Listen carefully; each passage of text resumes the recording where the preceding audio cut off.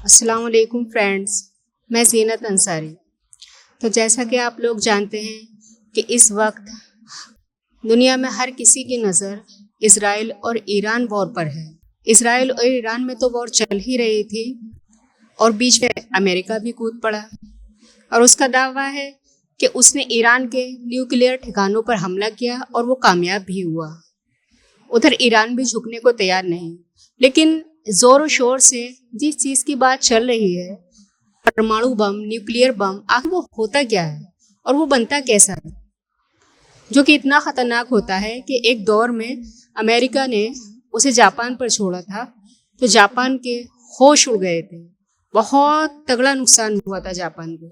तो आइए जानते हैं कि आखिर ये न्यूक्लियर बम होता क्या है। 16 जुलाई साल 1945 सुबह थी, लेकिन सूरज अभी तक पूरी तरह उगा नहीं था और अमेरिका में न्यू मैक्सिको के रेगिस्तान में वैज्ञानिक खामोशी से एक मोमेंट का इंतजार कर रहे थे।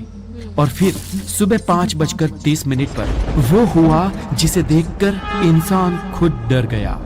एक जोरदार धमाका जिससे जमीन हिल गई, आसमान लाल हो गया और एक बड़े धुएं ने गुब्बारे की तरह बीच में से एक चमकदार आग का गोला उबला और एक मशरूम जैसा बादल बन गया। ऐसा लगता था कि मानो साक्षात सूरज ने खुद धरती को छू लिया हो।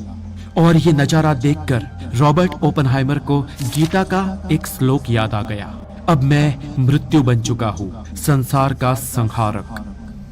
ये धमाका तो सिर्फ एक परीक्षण था, लेकिन इसके ठीक 20 दिन बाद 6 अगस्त और 9 अगस्त साल 1945 के दिन जापान के हिरोशिमा और नागासाकी पर यह नया आविष्कार कहर बनकर टूट पड़ा और इसमें एक ही पल में जापान के 1.5 लाख से ज्यादा लोग भाप बनकर हवा में उड़ गए और अगले 2 महीने में रेडिएशन के कारण मरने वालों की संख्या इससे 2 गुना ज्यादा हो गई और उसके बाद कई सारे लोगों को कैंसर, हैंडीकैप और शारीरिक बीमारियां हुई।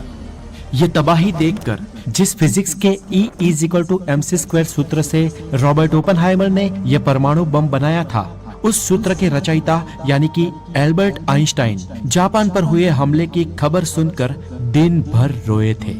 और इंसानियत ने पहली बार देखा कि विज्ञान जब अपनी संवेदना खो देता है तो वो राक्षस बन जाता है।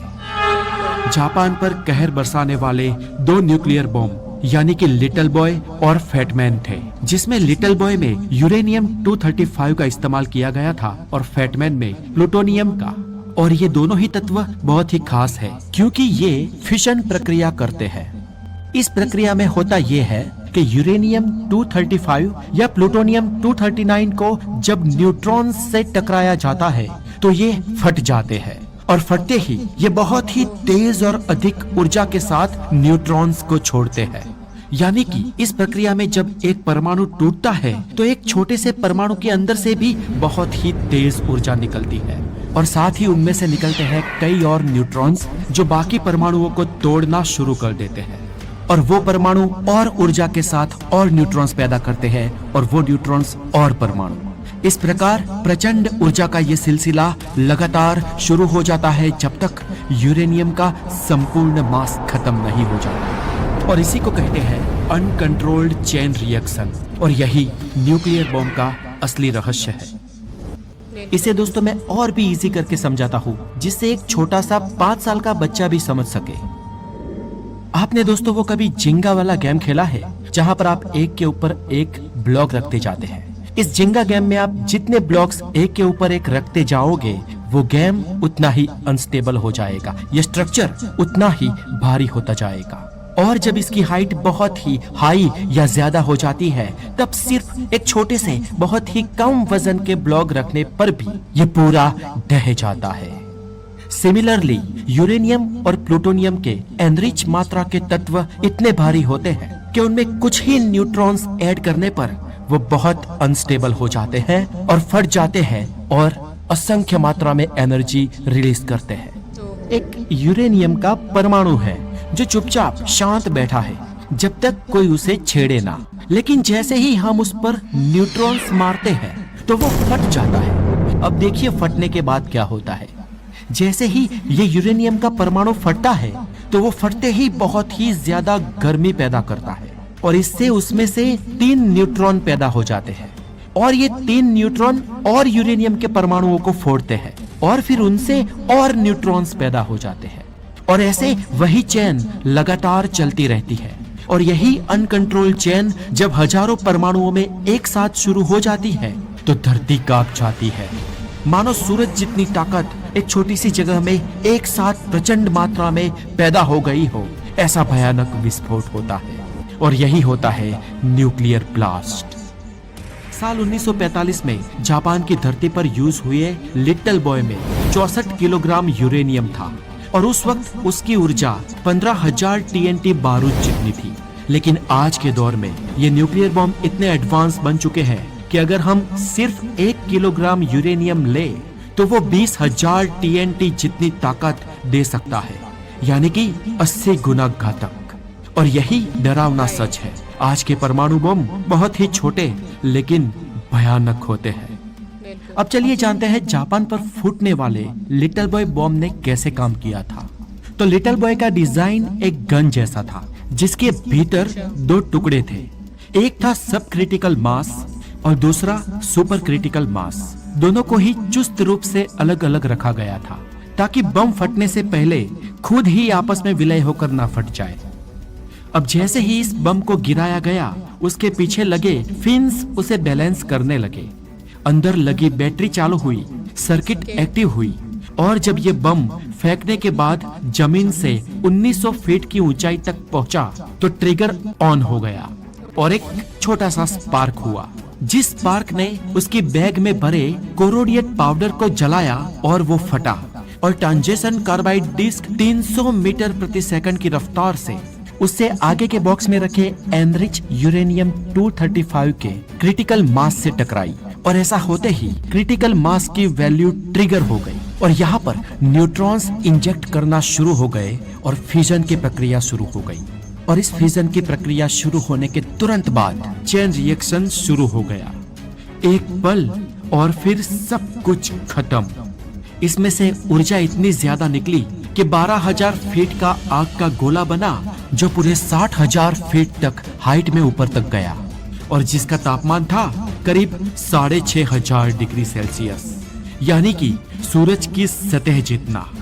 और इस इतने बड़े विस्तार में जितने भी इंसान थे वो भाप बनकर उड़ गए, हड्डियां भी नहीं बची। और ये धमाका सिर्फ गर्मी नहीं लाया बल्कि आग की रफ्तार से शॉक वेव भी लाया। उसके आसपास की सभी इमारतें भी ध्वस्त हो गई और करीब 4 किलोमीटर का इलाका तो उसी वक्त भस्म हो गया। लेकिन जो रेडिएशन निकला वो एक अदृश्य जहर था जो कई 100 किलोमीटर में फैलता रहा और हफ्तों तक, महीनों तक और पीढ़ियों तक अपनी असर फैलाता रहा।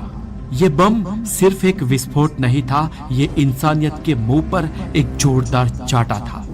हिरोशिमा और नागासाकी में करीब 2 लाख से ज्यादा लोग मारे गए और उसके बाद कई लोग विकलांग, खामी वाले और बहुत ही क्रिटिकल पैदा होते गए।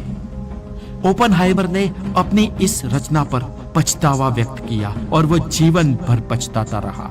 रॉबर्ट ओपनहाइमर ने इसके बाद दुनिया के प्रत्येक मंच पर जाकर ये समझाया कि इस बॉम्ब को रोक दिया जाए, लेकिन विज्ञान की आवाज को राजनीति ने हमेशा के लिए दबा दिया।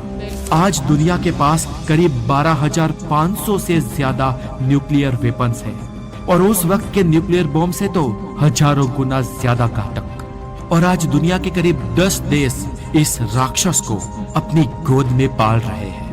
ये ऐसा है मानो एक हाथ में खुला पेट्रोल लेके और दूसरे हाथ में चिंगारी को लेकर घूमना, कब इन दोनों का मिश्रण हो जाए पता भी ना चले। आज 80 साल हो गए हैं लेकिन हर देश इस राक्षस से डरता है।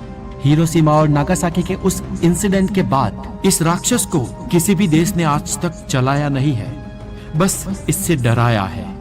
लेकिन क्या आज हम इतने समझदार हो गए हैं कि इसे भविष्य में भी नहीं चला पाएंगे, या फिर बस किस्मत अब तक हमारा साथ दे रही है?